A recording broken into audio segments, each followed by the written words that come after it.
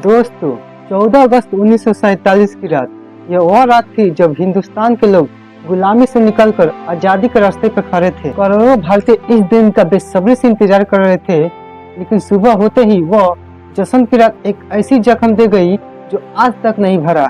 हमारे देश को अंग्रेज की गुलामी से आजादी तो मिल गई थी, लेकिन जाते जाते अंग्रेज अखंड भारत में एक ऐसी आग लगा गए जिसे 15 लाख बेकसूर लोगों की खून से बुझाया गया। अंग्रेज ने अखंड भारत को दो हिस्सों में बांट दिया, हिंदुस्तान और पाकिस्तान। जहां एक तरफ आजादी का जश्न मनाया जा रहा था, वहीं दूसरी तरफ खून की नदियां बह रही थी। लाखों लोग अपनी घर, अपनी जमीन और अपने को छोड़कर भाग रहे थे। दोस्तों, आज के इस वीडियो में मैं 77 साल पीछे ले जाएंगे और आजाद भारत की कुछ ऐसी तस्वीरें दिखाएंगे जिसे देखकर आपके रोंगटे खड़े हो जाएंगे और आपकी आंखों में आंसू आ जाएगी। अखंड भारत, जहां हर धर्म के लोग एक साथ मिलकर खुशी से रहा करते थे, जहां सन 1857 ईस्वी में आजादी की लड़ाई हिंदू और मुस्लिम धर्म के लोग मिलकर एक साथ लड़ रहे थे। लेकिन अंग्रेजों की नीति थी डिवाइड एंड रूल, यानी फूट डालो और राज करो। हिंदू और मुस्लिम सदियों से साथ रहते थे। अंग्रेज ने तो फूट डालना शुरू ही कर दी।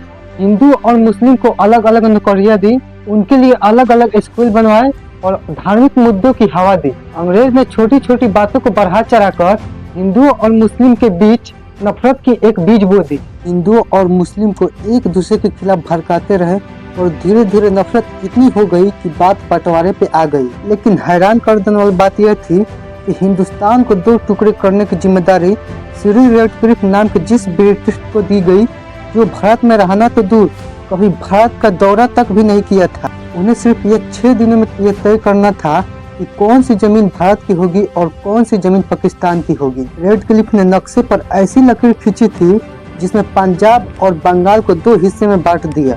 ये लकीर इतनी जल्दीबाजी में खींची गई कि कई गांव और कई परिवार एक दूसरे से अलग हो गए। जब लोग सुबह उठे तो उन्हें पता चला कि उनका घर भारत में है लेकिन खेत पाकिस्तान में। जिन जगहों पर लोग सालों से एक साथ रह रहे थे, उन्हें एक ही दिन में हिंदुस्तानी से पाकिस्तानी बना दिया गया। ये फैसले ना जमीन को समझकर की गई, ना ही लोगों से पूछकर की गई। बस एक अंग्रेज की कलम चली और इतिहास हमेशा के लिए बदल गया। दोस्तों, जब आजादी के बाद बंटवारा हुआ तो हिंदुस्तान में बारिश का मौसम था। नदियाँ तूफान मार रही थी और बाढ़ की वजह से किसानों की फसल बर्बाद हो चुकी थी। उस समय करीब 2 करोड़ लोग अपना घर छोड़कर इधर उधर भाग गए। जहां लाखों हिंदू पाकिस्तान छोड़कर भारत आ रहे थे और वहीं एक तरफ लाखों मुसलमान भारत छोड़कर पाकिस्तान जा रहे थे। इस वक्त आप स्क्रीन पर दिल्ली से लाहौर जाने वाली ट्रेन को देख रहे हैं।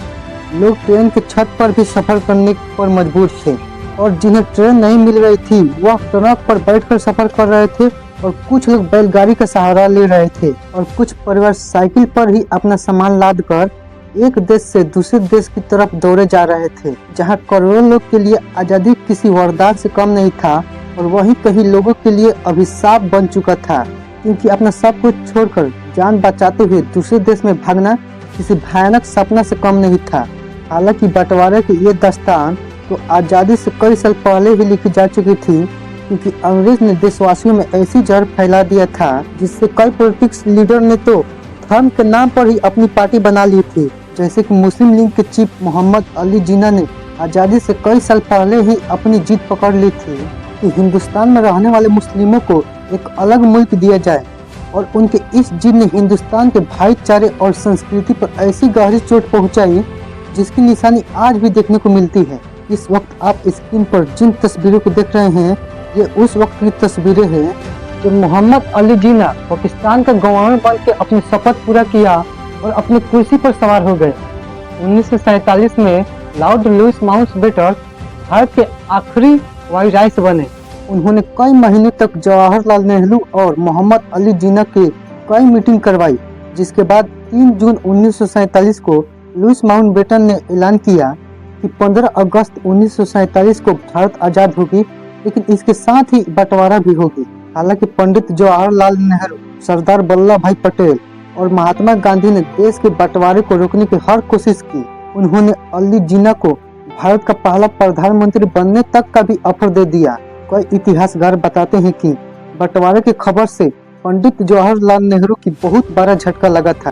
14 अगस्त की शाम को जब नेहरू जी अपने घर पर इंदिरा गांधी और पद्मा नायडू के साथ अपना आजादी के भाषण की तैयारी कर रहे थे। तभी अचानक फोन की घंटी बजी।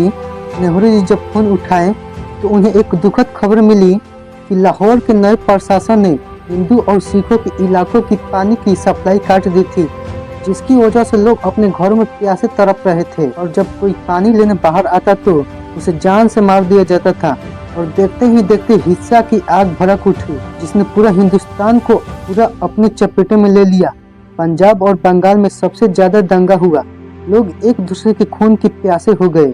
ये खबर सुनकर उनका चेहरा लाल हो गया और उनकी आंखों में आंसू आ गई, लेकिन फिर भी उन्होंने हिम्मत जुटाया और अपने आप को संभालते हुए 14 अगस्त की रात 11:55 पर नेहरू जी ने संसद भवन में अपना भाषण देना शुरू किया। नेहरू जी के भाषण सुनने के बाद महात्मा गांधी का नारा लगाते हुए देशवासियों ने आजादी का शंखनाद बजाया था। लेकिन करोड़ों देशवासियों को क्या पता था कि कुछ इलाकों में देश के लोग आजादी का बहुत बड़ा कीमत चुका रहे थे। इस वक्त आप स्क्रीन पर जो वीडियो और फोटोज देख रहे हैं, ये भारत और पाकिस्तान के रिफ्यूजी कैंप की कुछ दुर्लभ वीडियो है।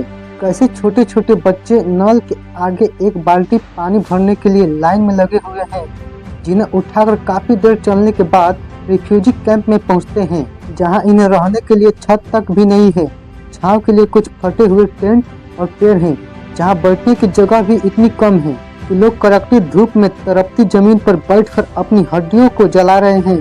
कुछ बच्चों के पास तो पहनने के लिए कपड़ा तक भी नहीं है। 2 दिन पहले सुख शांति से रहने वाले लोग आज इनका हाल ऐसा हो गया है। महिलाएं हाथ जोड़कर अपने परिवार को खाने के लिए और रहने के लिए मांग कर रहे हैं।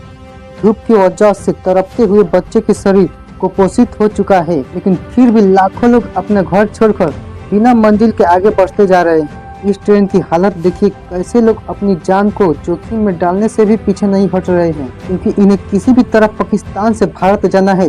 ये तस्वीरें लाहौर की हैं, जहां लोग ट्रेन के पास बैठकर खाना पका रहे हैं, ताकि जब ट्रेन आए तो जल्दी से ट्रेन पर सवार हो जाए।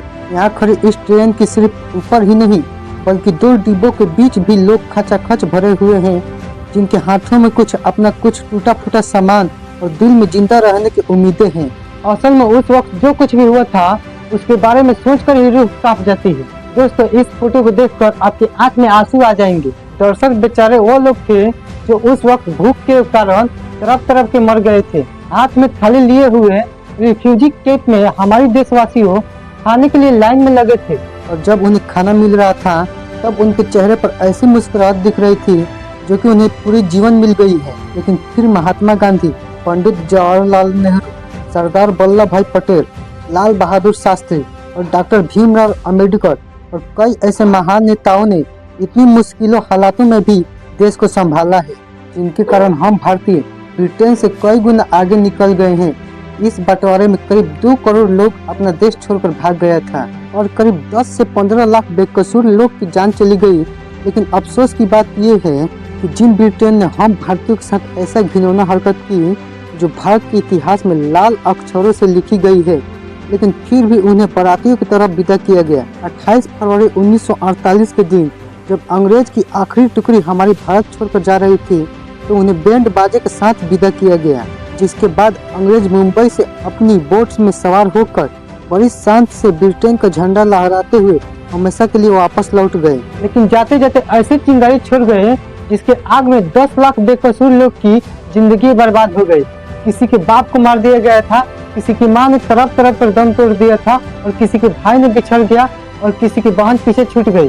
दोस्तों, अगर आप ये वीडियो अभी तक देख रहे हैं और आप भी उन लाखों बेकसूर लोग की दर्द को महसूस कर रहे हैं, तो कमेंट बॉक्स में उनके लिए एक अच्छा कमेंट करें, जिससे उन्हें शांति मिले। और इस वीडियो को ज्यादा से ज्यादा शेयर करें, और ऐसे ही वीडियो देखने के लिए हमारे चैनल को सब्सक्राइब करिए। तब तक के लिए जय हिंद।